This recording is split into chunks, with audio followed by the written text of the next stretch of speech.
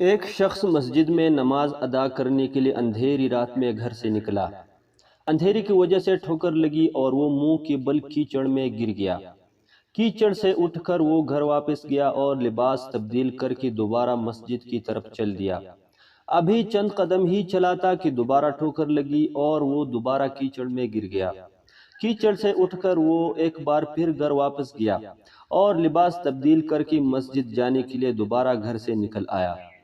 گھر کے دروازے پر اسے ایک شخص ملا جو اپنے ہاتھ میں ایک روشن چراغ تھامے ہوئے تھا۔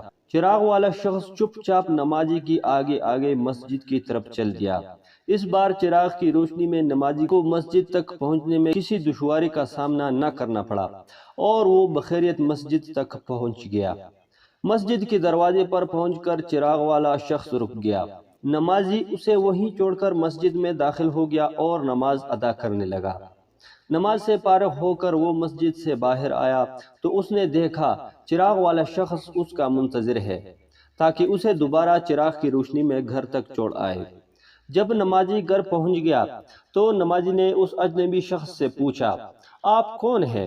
اجنبی بولا، سچ بتاؤں تو میں ابلیس ہوں۔ نمازی کی حیرت کی انتہا نہ رہی۔ اس نے پوچھا، تجھے تو میری نماز رہ جانے پر خوش ہو جانا چاہیے تھا، پھر تو چراغ کی روشنی میں مجھے مسجد تک کیوں لایا؟ ابلیس نے جواب دیا، جب تجھے پہلی بار ٹھوکر لگی تو اللہ نے تیرے عمر بھر کے گناہ معاف کر دیے، جب دوسری ٹھوکر لگی تو تیرے سارے خاندان کو بخش دیا۔ مجھے فکر ہوئی کہ اب اگر تو ٹھوکر کھا کر گرا تو کہیں اللہ تیرے سارے گاؤں کی مغفرت نہ فرما دے، اس لیے چراغ لے کر آیا ہوں کہ تو بغیر گرے مسجد تک پہنچ جائے۔